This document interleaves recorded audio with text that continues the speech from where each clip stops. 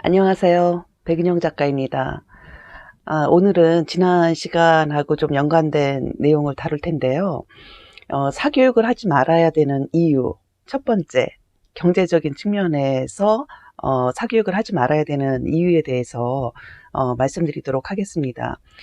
사실 사교육을 하지 말아야 되는 이유는 두 가지가 있는데요. 하나는 경제적인 측면이고 하나는 교육적인 측면인데, 교육적인 측면은 다음 시간에 설명해 드리도록 하겠습니다. 사교육비가 많이 들어서 정말 집집마다 난리인데요. 사교육을 하지 말아야 되는 그 이유로 경제적인 측면에서 그런데요.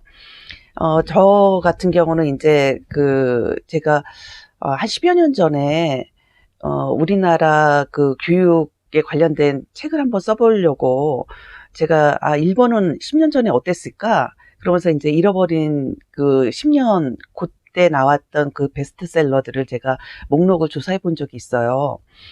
그런데 놀랍게도 그 당시, 그러니까 잃어버린 10년이 시작되던 그 시점의 베스트셀러들이 책 제목에 다 하류가 붙어 있더라고요. 뭐 하류사회, 나는 하류인가 상류인가, 뭐 하류격차, 하류격차 사회, 뭐 이런 그 하류가 그 책 제목에 들어있는 책들이 베스트셀러를 하고 있더라고요. 그래서 제가 좀 놀래서 그 책들을 읽어봤어요. 그러니까 하류라고 그러니까 좀 기분은 나쁘시죠. 그런데 이 하류라는 용어가 사회학 용어인데 계층을 설명하는 그냥 아주 뉴트럴한, 그러니까 중성적인 언어예요. 그러니까 용어죠. 그래서 하류층, 그다음에 중류층, 중상, 그다음에 상류층 이렇게 이제 나누는데, 거기에서 이제 가장 아랫부분이 이제 하류 사회로 가고 있다. 이제 일본이 이렇게 판단을 했던 것 같더라고요. 그런데 이제 저 같은 경우는 제 동생이 일본에서 그 잃어버린 그 20년 초입에, 그러니까 지금부터 한 20여 년 전에 일본에 이제 유학을 가서 거기서 이제 결혼하고 아직까지 이제 있거든요. 근데 이제 제가 동생한테 물어봤어요. 네가 처음에 그 유학 갔을 때 일본의 상황이 어떻든, 그때가 잃어버린 20년 초입인데 우리나라랑 그때 비교해서 어땠어? 제가 물어봤어요. 그랬더니 어, 유학을 갔더니, TV에서 먹방을 그렇게 하더라는 거예요. 그러니까 먹는 프로. 지금 뭐 백종원 뭐 집밥이나 뭐 그런 프로들을 그렇게 하더라는 거예요. 그래서, 참 이상하다, 이 나라는. 그때 그런, 약간 문화적인 충격을 받았다고 하더라고요. 근데 지금 여러분들 먹방 프로 너무 많죠? 이게 뭘까요? 예. 하류 사회로 진입하는 신호탄인 거죠. 이거는 학자들도 그런 얘기를 했어요. 그러니까 먹방 프로가 많이 나오면 경제적으로 기울고 있다는 증거다. 라는 얘기를 했는데 지금 그런 상황이라는 거죠. 그래서 제가 그 하류 사회, 그 하류가 붙은 책들을 다 읽었어요. 그런데 제가 그 책을 읽으면서 얼마나 그 충격과 놀라움에 빠졌는지 아세요? 그 이유는 이거였어요. 제가 그 일본 책을 읽고 있는데 이것이 일본 책인지 아니면 지금 대한민국의 르뽀인지 제가 정말로 착각할 정도로 정말 그때 충격은 이루 말할 수가 없었거든요. 그 책들에 이런 내용이 나와요. 하류 사회로 나가는 첫 신호탄은 라면의 종류가 많아진다는 거예요. 여러분들, 우리나라 지금 실제가 어떻죠? 만약에 아이가 엄마 라면 어떤 것 좀 사다 주세요 하면 저 같은 경우도 그 슈퍼 매대 앞에서 전화를 다시 해야 돼요. 무슨 라면이라고 그랬지? 그러니까 뭐냐 하면은 그렇게 많이 라면의 종류가 많아졌다는 거예요. 그 라면 회사에서 그 기업의 뭐랄까 미래 설계를 할 때 회의들을 하겠죠. 미래 전망이 어떨 것인가, 이 라면이 많이 팔릴 것인가, 이런 것들을 그 기획을 하고 라면의 그 종류를 많이 이렇게 개발을 하겠죠. 그러면 이미 라면 회사에서는 어 우리나라의 그 하류의 파이, 라면에 많이 먹을 수 있는 하류의 파이가 많아진다는 걸 알고 새로운 라면을 어 자주 개발을 한다는 거죠. 그래서 이 하류 사회로 가야 하는 첫 신호탄은 라면의 종류가 많아진다. 그리고 그 책에서 또 얘기하는 것이 뭐냐면 나이 차이가 많이 나는 커플들이 늘어날 것이다. 그러면서 이것은 연예계에서부터 시작이 된다. 라는 얘기를 하고 있어요. 그런데 제가 그 책을 읽고 있는데 연예가 중계에서 나이 차이 많이 나는 커플 베스트를 막 하는 거예요. 한 10커플 정도를. 그래서 그거를 보면서 아, 정말 우리나라가 하류 사회로 진입하고 있구나. 이런 생각을 했었고요. 그리고 그 20년 전에 저희 남편도 이제 일본 출장을 많이 갔었는데 한 번은 갔다 와서 그러는 거예요. 여러 가지 그 잡다한 물건을 트렁크에서 저한테 주면서 야, 일본에서 백엔샵이 나왔어. 그런데 이런 물건들을 막 값싸게 판다는 거예요. 그러면서 그때 많이 사왔었는데 여러분들 생각나시죠? 예, 다이소 같은 게 잃어버린 20년 초입에 백엔샵이 나왔던 거예요. 지금 다이소 저희 동네만 해도 한 3, 4개 정도 되거든요. 그러니까 다른 기업들은 다 살기 힘들다고 하는데 다이소만 매출이 성장이 되고 있죠. 그리고 또 하나는 그 잃어버린 20년이 흐르면서 일본에서 어떤 현상이 나타났냐 하면 그 부모의 연금을 받으려고 부모가 사망을 했는데도 그냥 집에 그 시체를 놓고 연금을 타먹는 그 자녀들이 늘어나고 있다는 거예요. 신문에서도 보죠. 심지어는 얼마 전에도 우리나라 신문에 나왔죠. 예. 그리고 그 부모가 죽었음에도 그거를 숨기는 것에 지나서 더 심각하게 되면 자녀를 살해하게 된다는 거예요. 그런 게 이제 하류 사회로 나아가는 특징이다. 라는 얘기를 이제 그 하류가 이제 붙어 있는 그 책들에서 얘기를 하고 있고요. 그리고 우리나라 지금 실정을 볼까요? 저 같은 경우는 베이비 부모 마지막 세대거든요. 그런데 베이비 부모가 어떠냐 하면 그 자녀들을 사교육에 올인했던 그 세대죠.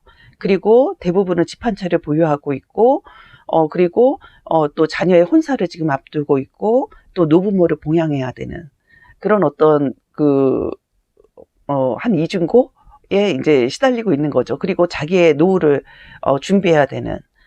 예. 그래서 자녀에게 기대지도 못하고, 부모 도와주고, 자녀 아직 독립하지 못해서 자녀를 끌어안고 살아야 되는 그러한 어떤 상황에 놓여 있다는 거죠. 그래서 이 베이비 부모들이 지금 노후 때문에 정말 걱정들이 태산이거든요.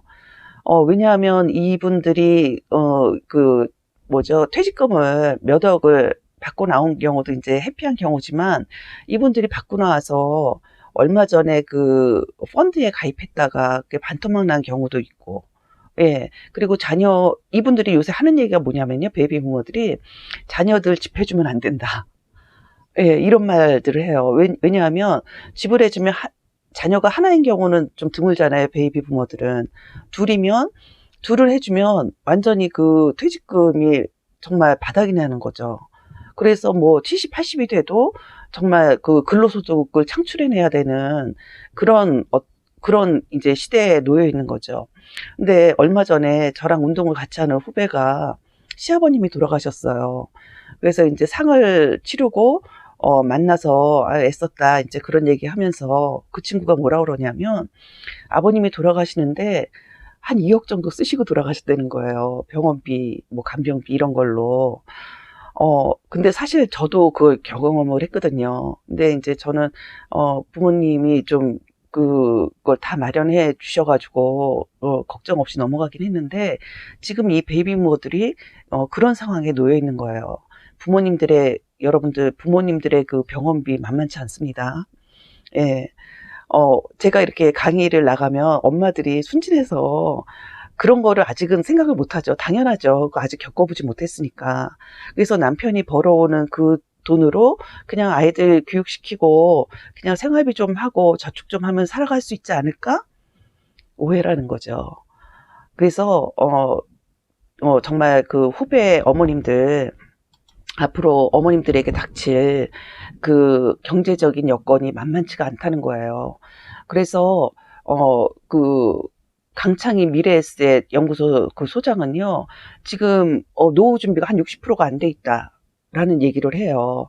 그리고 좀 현실적으로 연금을 타기 이전까지, 그러니까 그 퇴직을 하고 연금을 타기 이전까지 한 10년의 공백 기간을 우리가 은퇴 보릿고개라고 하거든요.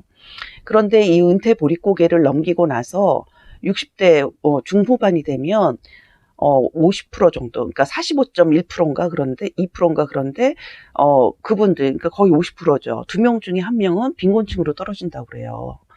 예. 그래서 이러한 현실이 녹록지가 않다라는 거죠. 그러면 왜 이렇게 됐을까? 왜 베이비 부머나 앞으로 이제 여러분들 같은 경우, 여러분들은 에듀포라고 그러죠. 본인의 그 자산에 비해서 교육비가 과도하게 많이 들어서 가난에 빠질 수밖에 없는 여러분들은 에듀포고, 그리고 저희들은 글쎄 뭐 깡통 전세도 나왔고 무늬만 중산층이다, 예, 라는 얘기도 나오고, 이러한 현실들의 원인이 뭘까를 연구를 해봤더니 과도한 사교육비 지출이라는 거예요. 예. 그리고 이런 현상은 우리나라뿐만이 아닙니다. 미국에 2008년도 금융위기가 났을 때 그 원인을 정말 캐곡했던 학자가 있었어요. 그분이 내린 결과가 뭐냐면, 그 과도한 그러니까 과도한 교육비. 미국에는 그 사립대학 교육비가 엄청나잖아요. 그 과도한 그 교육비와 그리고 그 집 대출이라는 거죠. 그런데 이 중산층들이 그때 착각을 했다는 거예요. 어떻게 착각을 했냐? 이 중산층 가장이 그 집을 대출해서 대출금을 이제 받으면 우리 아이가 저 좋은 사립대학을 나오면 그 아이가 그래도 우리 경제를 그래도 책임져 주겠지. 그리고 나도 벌고 우리 아이도 버니까 저 대출금은 갚을 거야. 이렇게 생각을 했다는 거죠. 그런데 금융위기가 나자 자녀는 취업이 안 되고 아버지는 잘리고, 예. 이러다 보니까 정말 여러분들 2008년 금융위기 때 그 중산층들이요, 집에서 쫓겨나가지고 텐트 치고 살았어요. 그 장면이 뉴스에 나왔다니까요. 그런 상황이 된 이유가 뭐냐면 과도한 교육비라는 거죠. 그래서 지금 미국에서는 어떤 얘기가 드냐, 그렇게 과도한 교육비를 지출해서 과연 얻는 게 무엇이냐. 그래서 이 과도한 교육비, 4년제 대학을 꼭 나와야 되는 것이냐, 이런 것에 의문을 품고 사람들이 많이 마이크로 학위 쪽으로 눈길을 돌린다고 그래요. 그래서 여러분들, 이제는 대학만을 가기 위한 사교육비는 점점 의미가 없어지는 그런 시대에 접어들었다. 그리고 지난 시간에도 제가 그랬죠. 창업비도 우리 교육비로 생각을 해보자. 아이들의 미래가 밝지가 않거든요. 예. 그래서 우리가 좀 준비를 해야 될 것이, 지난 시간도 말한 창업비도 교육비고, 그리고 약간은 무의미한 그런 사교육비는 우리가 좀 자제를 해서 어머님들, 아버님들의 그 노후도 좀 준비를 하시고, 그런 좀 현명하신 부모님들이 되었으면 좋겠습니다. 예. 그러니까 그 베이비 부머, 그러니까 선배들의 그 삶을 반면 교사를 하셔 가지고요. 다시 어떤 경제적인 계획을 다시 세우고, 그리고 정말 투자해야 할 사교육비에만 투자를 하고, 정말 대학만을 가기 위한 국영수에 대한 사교육비는 좀 재고를 하셔야 되지 않을까.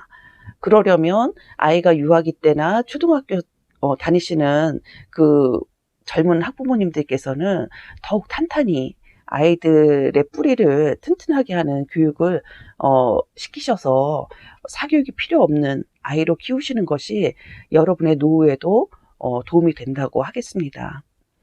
여러분들 어렵죠? 예. 진짜 만만치 않은 현실이 지금 오고 있습니다.